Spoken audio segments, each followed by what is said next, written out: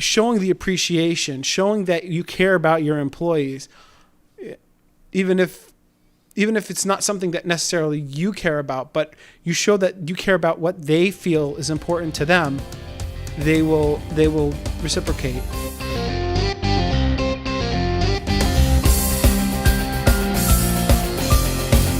Speaking with Yaakov Gluck, CEO at the Contractor's Office.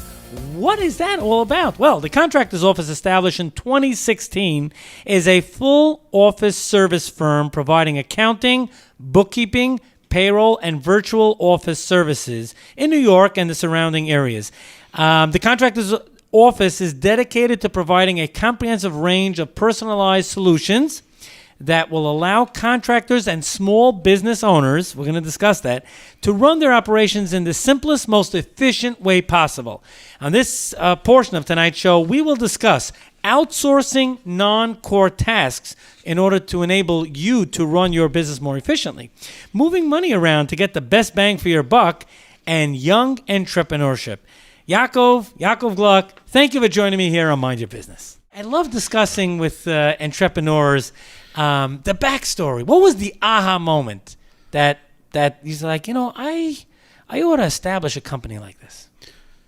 So actually, my brother is a contractor in the landscaping industry. Okay. And I noticed he was struggling financially with just taking care of his books and dealing with collections from his clients and so on and so forth. I had experience already in the finance industry, more in the nursing home industry, but also in the finance industry.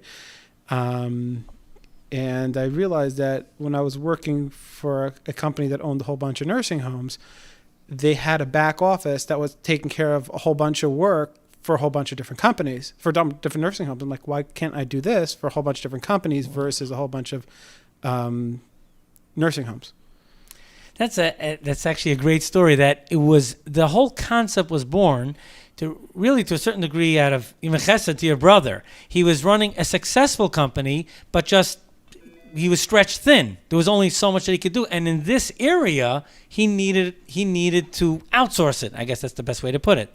Well, yeah, because if he would start hiring for it, he wasn't yet necessarily big enough to afford it. But then again, with this, he didn't necessarily know what he was doing. Okay, so that's really a great way of framing it. That it's true. While a major company would hire people and do many of these services in-house, but as small companies are starting to scale, they don't need someone for 30 hours a week, 40 hours a week. They may need someone for 10 hours a week, 5 hours a week, and they would turn to your company? Well, yes, but the thing is they also need somebody 40 hours a week, but they can't really afford the 40 hours a week. They need somebody to answer the phone 9 to 5 every single day. And if they're not able to pay somebody to sit those 8 hours a day because they're not necessarily large enough, a company like mine would be the optimal solution where they're paying only for the time that they're actually using. I have the people sitting there anyways. This is amazing. Okay, so let's continue on this. What type of industries do you service? So I started in the contracting industry, where the company name was born. Basically, we actually started calling ourselves TCO Office Services because we outgrew our name. Okay. And basically, any person who has a small business that needs help in any of these areas, we're here to help them. Now, could we please relist the areas that you serve, that you service companies? So with the bookkeeping, billing, collections, basically having the entire QuickBooks ready for the accountant. Just hand it over. We deal with the accountants directly. Whoever your accountant is, we deal with them. If we don't deal with them already, we will deal with them. Right. That whole headache is completely off your head. We deal with answering the phones, setting up schedules. But the way we service our clients is we don't have packages where you just have to take a package off the shelf. We build a package for each and every client. That's really good. You custom your service offering based on what your clients need. Correct. Now, your company provides very unique services. Can you explain what it means to outsource non-core tasks? So I hate the word outsourcing because everybody feels like that's the Philippines and India. Right. But we have an actual office where we take the tasks of the office, all the office work that you can't necessarily, you don't need to necessarily be there for.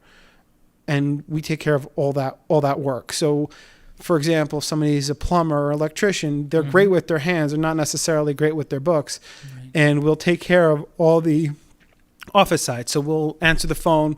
We'll get in touch with the plumber, electrician, whatever. We'll schedule their day. We'll use different softwares, whatever works for them, to try to keep their day completely organized, get them to on and off jobs, make sure they're billing for all the time that they're working, and making sure that they're making money. Wow. This is a real a lifesaver for many. I mean, certainly solo entrepreneurs and even small businesses. Like, what size business would you say would be like, until that size, until that threshold, they're certainly they should be calling the contractor, calling your company, contractor's office?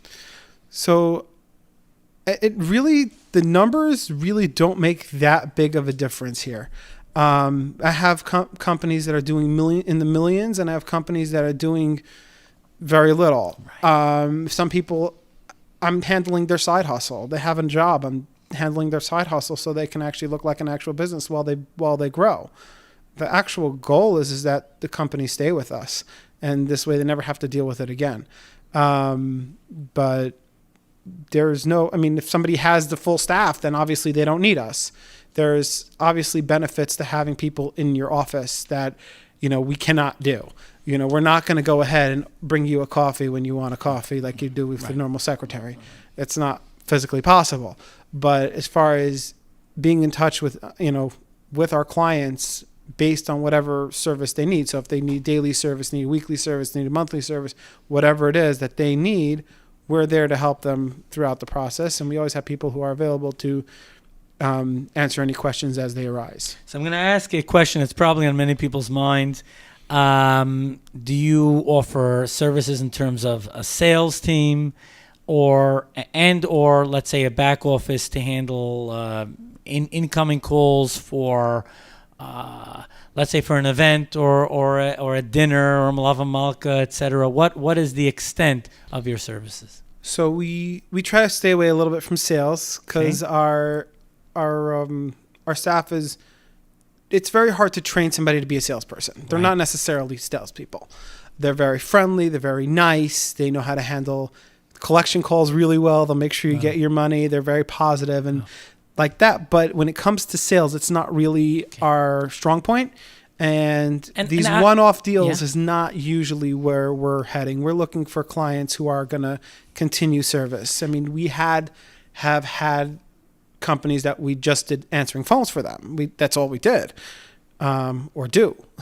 Right. Depending. Now, you brought up an excellent point. I wouldn't even say that it's not a strength. Sales is a very complicated area, But where your team excels is that all the other stuff, like I even had non-core tasks, inbound calls like these solo entrepreneurs and these small companies. There's many different tasks organizing the day you brought up, which you and your team oversee. They probably use cloud-based tools. Everything's cloud-based. Everything cloud-based. We have no servers. We have nothing. Which is great because I'm sure many of your clients probably they just have it. They have a particular app on their phone and it automatically syncs with your team. It's like a dream. Your team will also organize the day for many of your clients? Yes. Wow. Yes. I mean, it depends on, again, it has to work with that type of client. Not every business does it necessarily work. But we will do our best to make it as organized as possible. We'll send messages, we'll send reminders, we'll use Google Calendars, whatever it takes to try to make it as easy for our clients as possible. Now, here's just an interesting question. There are people out there that are old school, and they like to physically see, for themselves what an operation looks like. What happens then? Come visit. Our office exists. It's not like we're in 30 different places and nobody can see us. Come meet us. We actually just last week, actually this is week 1, we actually moved into our new office in Nyack. We were in Muncie in a tiny little office, and Baruch Hashem, we outgrew it. And we're here. Come visit. You can see our office. We have clients that are old school. I have to go every week and pick up papers from them because they don't want to scan it.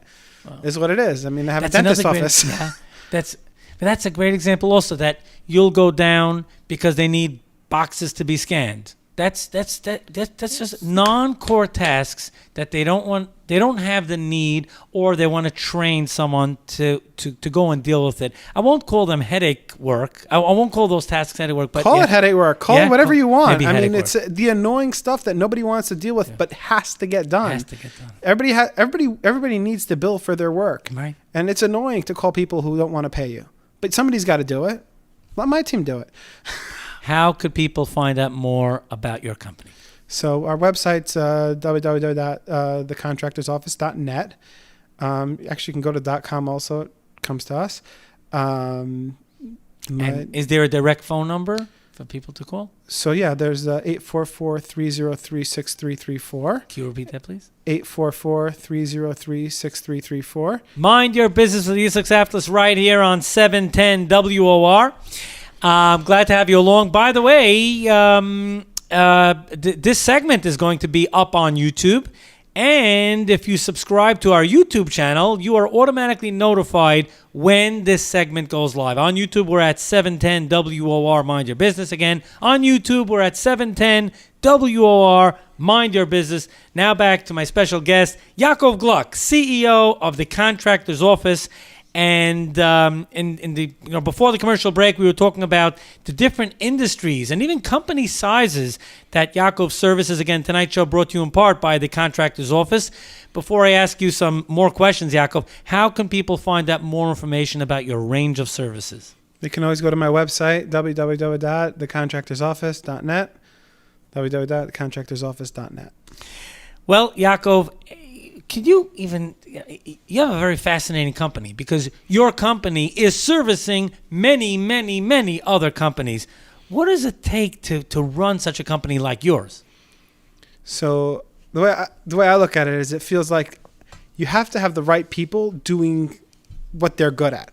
So you have like the type A personalities. Mm-hmm. They're the best bookkeepers. They notice every penny. They are very on top of every little detail. But they're not necessarily the best secretary. You don't necessarily want somebody like that answering your phone, cracking down. Right. Being tough, or you need someone who's very soft. Right? So you have the secretaries who are very bubbly, friendly. So you get the best of both worlds instead of hiring one person who's a bookkeeper secretary who likely will be very good at one, not necessarily very good at the other. So that's interesting. That means for your team, you actually spend quite some time vetting the talent that you onboard for your team. Well, yeah, I try to hire and then sometimes we'll hire somebody and realize that they're not necessarily the greatest for bookkeeping, but they are very, very good for secretarial and vice versa. And sometimes we'll find that neither of those are the perfect skill set, but there are some other tasks that need to be taken care of where we'll be able to allocate them to do that work. Yeah, and that's so true. And that's actually, I'm sure your team even appreciates that, because when someone is in their comfort zone, when someone is in the area that they're really great at, they'll do it with passion, they'll do it with excitement, and they're great at it. Right. So I actually feel like my employees are my greatest asset. Yeah, in fact, in fact, maybe you could even discuss that. How important is it for a company to nurture their staff, to care and look after their staff, to build a great corporate culture? Well, people think that the clients are the most important part of your business. I feel like my employees are the most important part of my business, because if your employees are happy, they'll keep your clients happy. If your employees are not happy, they're not going to keep your clients happy. They just want to get whatever they're looking for. So, Yitzchok, holding on to this point, at this, we're in Q1 in 2022, and the job market is very tight. In fact, there was a story in the Wall Street Journal that Target, I think, is offering like minimum wage salaried positions at $24 an hour, something like that. Like wow, how could they do that? There is a fight for talent. There is a fight for for great staff. Perhaps you could still discuss this. What is your approach? What are your suggestions? We're not asking you to give away the fort, but suggestions that you implement at your company and that companies need to be mindful of when building their team. Well, as I mentioned before, you try to keep you use your employees as an asset instead of an expense. Then your employees won't want to go anywhere. I have been in business now 5 years. I have yet to have an employee have to ask me for a raise. Wow. I always give it before they ask for it. Actually, I had an employee that started a couple of months ago. She got married. We have supervisors in each department, obviously, Right. and the supervisor called her and says, "I need to have a meeting with you." The first day she's back from her wedding, from Sheva Brachos, she said, "I need to have a meeting with you and Yaakov. When are you available? We have to do a Zoom meeting." So this lady is like shaking in her boots, and she comes into the meeting, and she's like, you could see on the face, she's all nervous. And my immediate thing was, thank you so much for all your hard work. We've noticed your hard work, and we know that now life is getting a little bit more expensive for you. We're going to give you a little raise. Wow. And the look on her face of relief Right. and happiness, she took on already since then 2 more clients, like no problem, and she's ready for more. So we actually asked her to extend some hours even for us. So showing the appreciation, showing that you care about your employees, even if it's not something that necessarily you care about, but you show that you care about what they feel is important to them, they will reciprocate, and that in Such that an way, important point. the Such an important employees won't go anywhere. Right. Very low retention. They're not leaving. They appreciate. They know that you have their back, as the expression goes. You're looking out for them, and they're going to go the extra mile for you. 100%. I was actually onboarding a new client this morning, and the client was like a little hesitant and nervous. And I said to the client in front of a couple of my employees, I said, "You should just know, anything that happens, I'm the blame. You don't have to blame any of my employees. I will never point a finger at my employees because it's my company. I have to answer to everything. It's not this one's fault, that one. It's at the end of the day, I hired this employee. It's my fault." So at the end of the day, they know the only one they have to blame is me, and the employee knows that no client is ever going to come to them, "Why'd you mess me up?" Special. Moving along, in doing the research for the show, I noticed that you started the company at a fairly young age. Could you please talk about, this is a very important even tip for many people out there, that the entrepreneurs in the crowd, in the listening crowd, how are you able to finance the company initially, right? There are costs, there are hard costs, soft costs that are involved in getting a company off the ground. How were you able to do it? So when I started the company, I had another job. I was assistant director of finance in a retirement center. Okay. And I rented office space nearby. I hired a couple people to start working for me. I did a little of the bookkeeping on myself for some of the clients because, well, that's literally what I was doing for a living. Mm-hmm. I purchased a house. I lived in the basement. I rented out the house.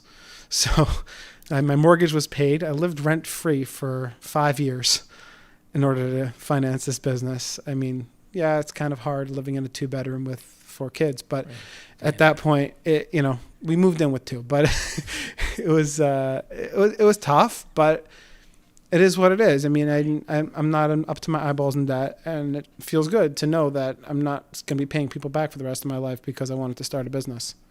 It's a great way of looking at it, that there was, and a very important way, and that is better to make the sacrifice than to, in fact, this was really one of the issues when many companies got clobbered in the economic downturn of 07, 08. There were companies from the .com, the bubble, the companies that they get VC money, and they went out and built luxurious offices and got fancy couches and all that. They went into debt, and they didn't keep their eye on, okay, keep your costs to a minimum. Obviously, what you need to spend on, you need to invest in. But going for luxury purchases just because you're imagining that that's going to help the business, no. What you did was, and this is the proper way, is keep your expenses down, keep your overhead down, make sacrifices, but then you're investing for the long term, which is, I love that story. So you bought the house, rented it out, that paid the mortgage, you lived in the basement, but you were able to finance the company. Yeah, that's basically how I did it. I mean, I still drive my car that I bought when I was single. Over Really? 10. I bought it in 2010. Oh. I bought a used car in 2010. Nothing wrong with it. Keep driving it. Wow. Now, Yaakov, I understand this is very special and amazing that you're also part of Hatzalah. First of all, how do you do it? How do you manage, being involved in on such a level of helping others by the snap of a finger, of course, and yet running your company?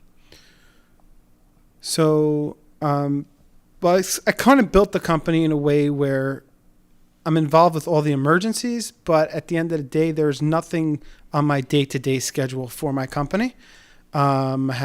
Each client has different people working with them, and there's the whole train till it gets to me.